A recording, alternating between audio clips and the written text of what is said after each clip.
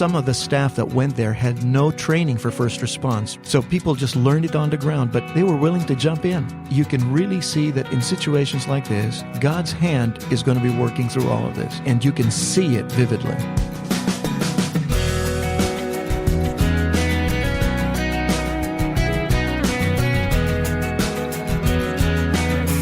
Welcome to this week's edition of First Person. I'm Wayne Shepherd, and today's guest is Dan Cura, the president of the Far East Broadcasting Company in the Philippines. Part of the extensive FEBC family, Dan oversees many radio stations spread throughout the Philippines, and he'll give us a first-hand report of FEBC's radio relief efforts following a recent devastating typhoon. Glad you could be with us for First Person today. Our mission is to tell the stories of people who acknowledge Jesus Christ as Lord and Savior and are spending their lives serving Him. That means the stories from around the world are never ending, and it's a joy to bring them to you each week. You'll learn more at firstpersoninterview.com. Well, a couple of years ago, I was in Manila and met today's guest, Dan Cura. Dan oversees a very impressive radio ministry of 10 local stations stretching all across his country, and also far beyond with 2 powerful shortwave transmitters. We connected again in California a few weeks ago and sat down and began by talking about the rich history of FEBC in the Philippines. It is an exciting story. I mean, the story actually started in 1947 when John Broger and Bob Bowman decided to put up a studio first in Shanghai, in China. But before the year could be over, that thing was shut down by the Chinese government. And the next best place that they could go to was the Philippines. So in 1948, they started to put up the operations in Caruhatan in Bulacan at the time, which eventually Valenzuela became part of Metro Manila. But they started the work there, and a year after the local operations of FEBC in the Philippines, they began their broadcast to China the following year, so 1949. And that started already the broadcast into China. And as of this conversation, Dr. Bowman is with us. He's 99 years old. 99 years old. Living in assisted living, but he's still there. He's all there today, isn't he? And when he thinks about where FEBC is today, and as always, they would say, if I only knew that it was going to get this big, I probably would not have started it. Yeah. Well, I think most people in the States, when they think of Far East Broadcasting Company, if they know about it at all, think about it in terms of what we used to call missionary radio. That's right. And shortwave radio. It is still that, and shortwave still has a place in this world. And the Philippines has 2 powerful transmitter locations. Well, that's right. We've got one in Bocaue, and the other one is in Iba, Zambales. I've been to one in Bocaue. That's right. I haven't right. been to Iba, but I understand they're both spectacular. That's locations. right. And right now we have, if I'm not mistaken, 6 transmitters, 100-kilowatt transmitters each, going into Southeast Asia from the Philippines. So shortwave still has a place in this modern world. It's still very important in rural areas, isn't it? Quite so. In the rural areas, especially in the areas of China and Indochina, it is still something that people listen to. Yeah. The exciting thing about shortwave, and there's other technology we'll talk about in a moment, but the exciting thing about shortwave is the fact that it's all Filipino staff now that operates those facilities. So there's no Western missionaries involved at all in that, is there? It came to a point where everything is being operated in the Philippines, and in a sense, the Philippine operations of FEBC has adopted the international site of FEBC International. So we're actually taking care of it for the entire family. Which is part of your purview. Yes. But that's what I want to talk about because FEBC is so much more in the Philippines, and you are the country director, so you know all about this. But you are, how many stations throughout the Philippines now? 10 stations as of today. These are local stations. These are local stations. Including Manila, AM and FM. And I saw those beautiful new studios Facilities, that you have high atop that skyscraper in Manila. That's absolutely astounding. Tell me about what's going on today. Well, we have transferred from the original Caruhatan property where John Broger began, and we moved it down to the heart of Metro Manila, which is in Ortigas in Pasig. And what that has done is it has brought us closer to our audience in Metro Manila, at the very least. And then the other area of that is it allowed our programming to expand because there are now more people that are able to come to the station, both in terms of subject matter experts and talents. Well, you have very modern studios now. They are beautiful. They are technologically advanced, Yes. and you've got music studios, so you can Record host as well. musical artists in the studios and all. And maybe just to clarify, Wayne, that one of the reasons that pushed us first to move out of the Karuhatan location at original CRCM to Ortigas and the new studios is the fact that everything's going to go digital by 2015 in the Philippines. And if FEBC today will not go from analog to digital, then we will be left behind with the message of the gospel. What is the national strategy in the Philippines? Well, right now, when we turned 60 years old, we decided to look at where we were at the time. And 5 years ago, we realized that we were only covering 60% of the Philippines in terms of radio broadcasting of the gospel. And so there's still 40% that we call deaf spots because people can't hear the gospel in those areas. There may be some spattering of some one or two programs that an eager pastor might be doing, but in a sense, generally, there was no voice. So we decided to start shifting our broadcast strategy rather than doing large city stations. We started to go into community-centered stations. So while there's still place for missionaries, it's not a Western missionary coming in, learning the language, and then speaking culturally into a community. It's local people doing local ministry. That's right. It's local people doing local ministry, but there is still a role in terms of missionaries and foreign organizations coming in to come alongside in terms of training. But as far as the people on the ground, your boots on the ground, that would be the Filipino group already. Let me take you back to Manila for a moment because you have both an AM and an FM station. They are, we would call them in this country, major market radio stations. That's right. How many people in Manila, Metro Manila? Right now, about 25 million, give or take a few more million. That is huge, absolutely huge. And so you have an AM-FM combination. What is your strategy using both stations? Well, our FM station is the only classical music station in the Philippines. And so what that does is it reaches a different strata of the people group in the city. So you have executives, professionals, expatriates that listen to that station. So we use the classical music as the bed for the gospel. But then you drop in Ravi Zacharias and others with those little nuggets of gospel truth. And you put in that for those people that actually are people who would be very, how would you say, cosmopolitan in the way that they think. And you also provide them with gospel truth that they can think of. Now, on the other hand, the AM would be your mass base. So that's in the vernacular. It is in Filipino. And that reaches a larger base of people. And that's talk radio basically on AM. And so that allows us to, in a sense, get a pulse of the man on the street, as it were. So there's biblical preaching and talk shows and that kind of thing? Yes, we also have news programs and current affairs programs, but it gives a biblical view of what's happening on the ground. And then there's news, there's music, and there's even drama, radio drama. Yeah. Well, this is a little bit inside radio here today, but I just think it's a great strategy to use those two stations for diverse purposes and to target the classical music when no one else. I mean, imagine a major city in the U.S. with no classical station and a Christian group moves in, provides the classical music, listeners come to the station, and in the process, they hear the gospel. That's right. And for the most part, people who may be, in a sense, averse to the gospel would still embrace it. The music is too attractive. The music is there, and they'd say, you know what? For just a few minutes of your Bible preaching, I'll listen to it. And as far as we're concerned, that's the doorway. So how is all of this supported? This is all supported by love gifts from the churches, from the people who support the organization, and other organizations that do the same. So we are a non-commercial, non-profit organization in the Philippines. Now, FEBC, Far East Broadcasting, is in many countries. In South Korea, where I was recently, it's self-supporting there, as That's it is right. in the Philippines. Yes. But in other countries, of course, they still rely on gifts from the U.S. That's but right. How have you reached the point of being self-sustaining there in the Philippines? I think the main thing is we have touched the hearts of the Filipinos themselves. And the church is really and the strong. churches in the Philippines to touch other people in the Philippines, in a sense, Filipinos touching other Filipinos. And the church has grown since.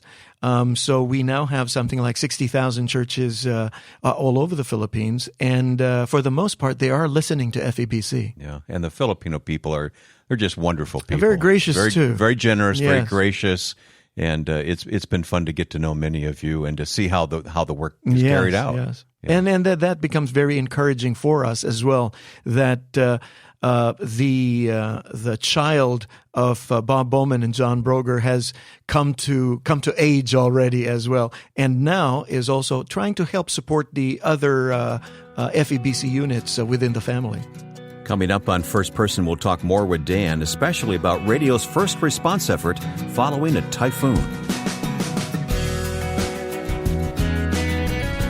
Next time on First Person, you'll meet Sue Detweiler and hear her heart to encourage women. God uses the difficult things to make us more like Him, and we have seen that it has allowed us to become more giving, have a heart for the needy, and a heart to help. Sue loves to inspire women in their adventure of faith, and you'll meet her next time on First Person.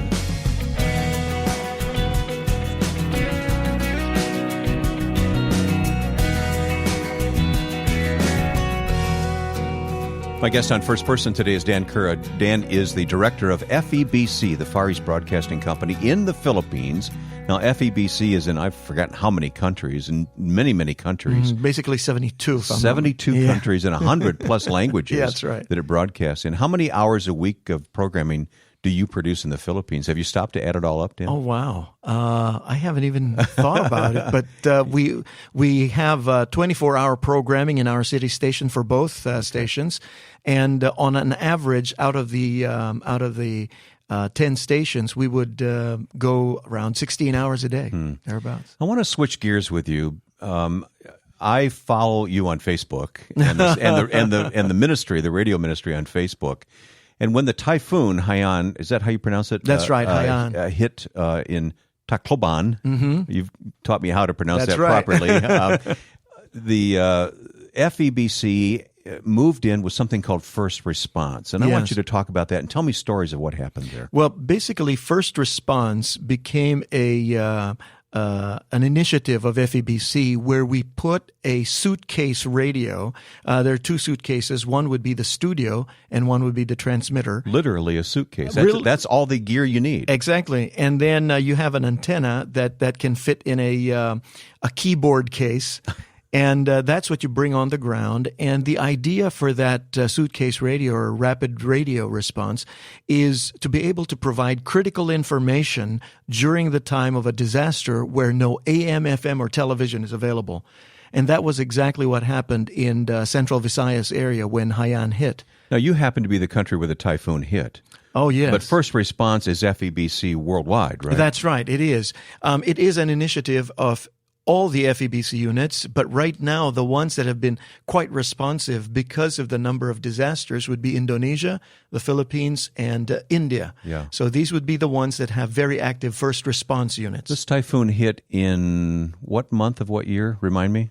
November of last year. November of 2013. And it was devastating. Well, as far as the meteorologist said, this is the worst typhoon that ever hit around the world. Oh. And it flattened not only just one city, but actually the entire belly of the Philippines from the east all the way to the west. And we really don't know the death toll yet, do we? Right now, what has been registered is around 6,000 plus people have perished in this disaster, not to mention those that have been missing up to this time. And you told me there were areas of that particular location where people had moved in as squatters, really. That's right. And so there's no records of them being there, and many of them are missing. That's right. A whole 10-kilometer beachfront was actually opened for a lot of the informal settlers, and they're all gone. Okay, so the typhoon blows in and just destroys that area. What is first response and FEBC able to do? Okay.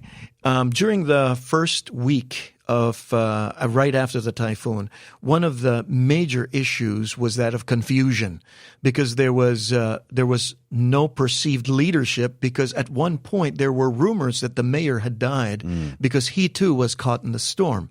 And given that, so there was chaos on the ground up to a certain point. The first information that first response provided for the people is that, number one, the mayor was alive.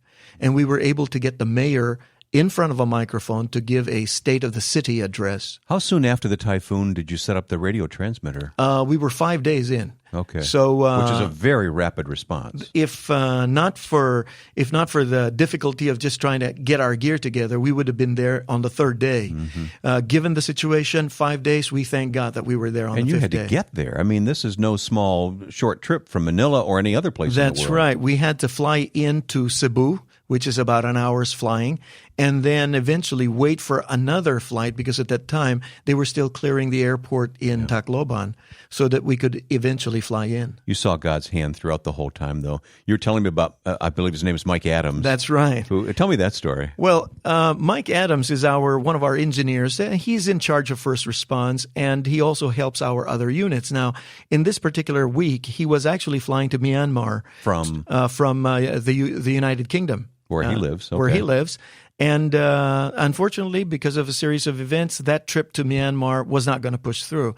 Now, we had a project of putting up this community development station in Quezon, Palawan, where the new transmitter just arrived. So our engineer in Manila sent a message to Mike. Hey, Mike, if you're not going to Myanmar, why don't you check up the new toy here in the Philippines? So Mike eventually decided to fly into the Philippines just on the week, actually the day before Haiyan hit everyone knew the storm was coming. Everybody knew the storm was coming, but as far as Mike was concerned, I'm just here to check out the equipment.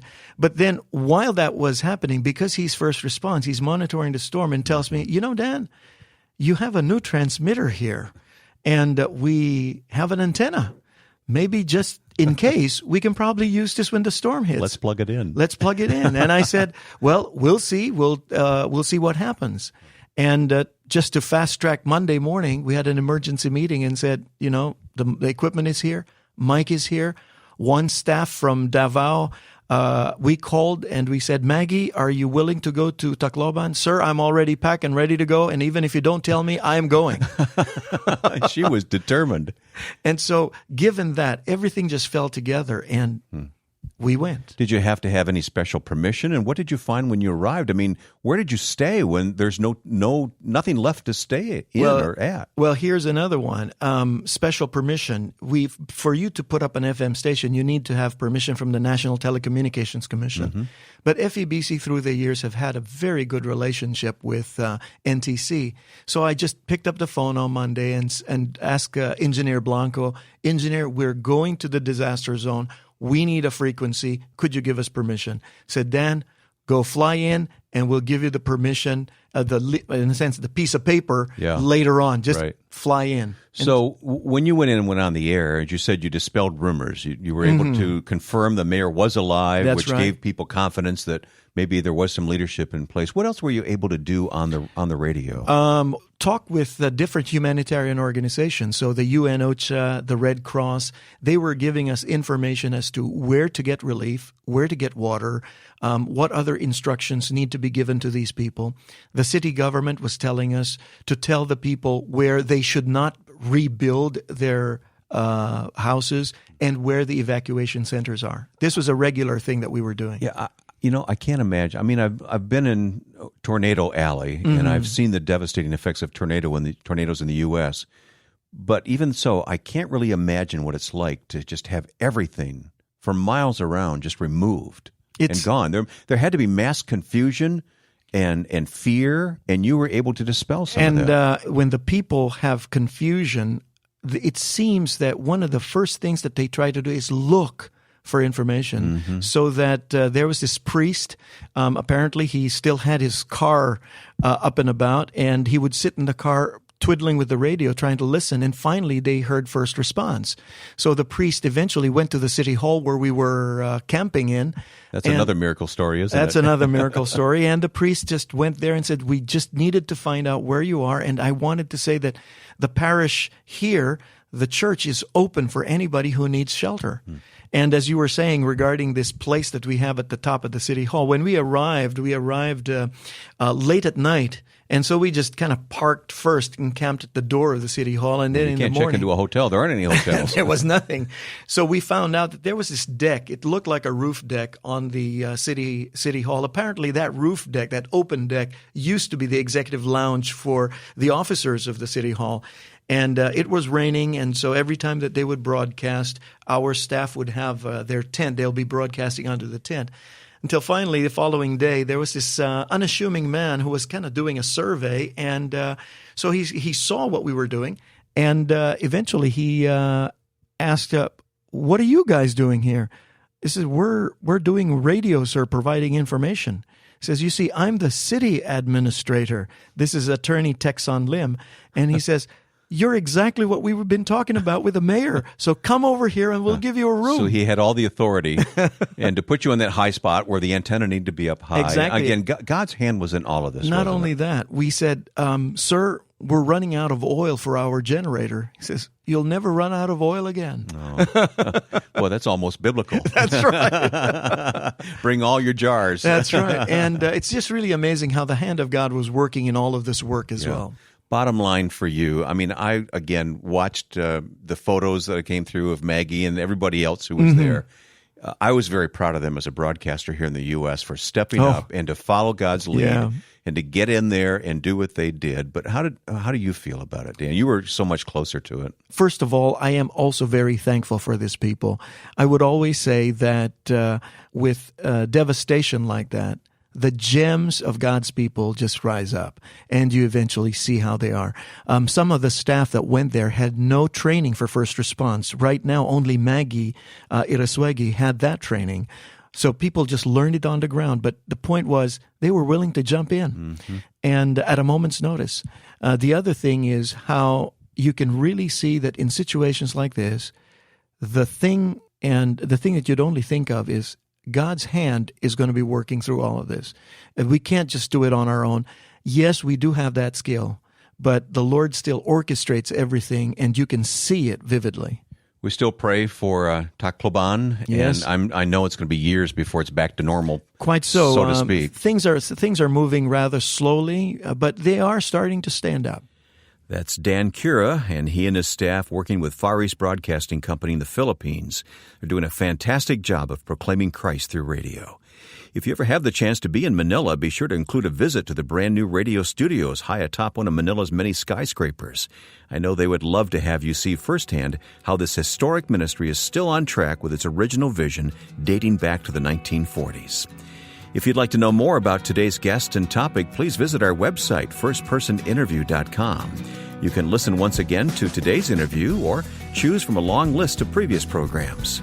Plus, there's a schedule of what's coming up in the few weeks ahead, conversations you won't want to miss.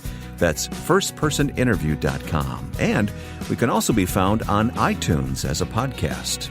And then we're found on Facebook as well, where you can leave comments and see what other listeners are saying about what you've heard today.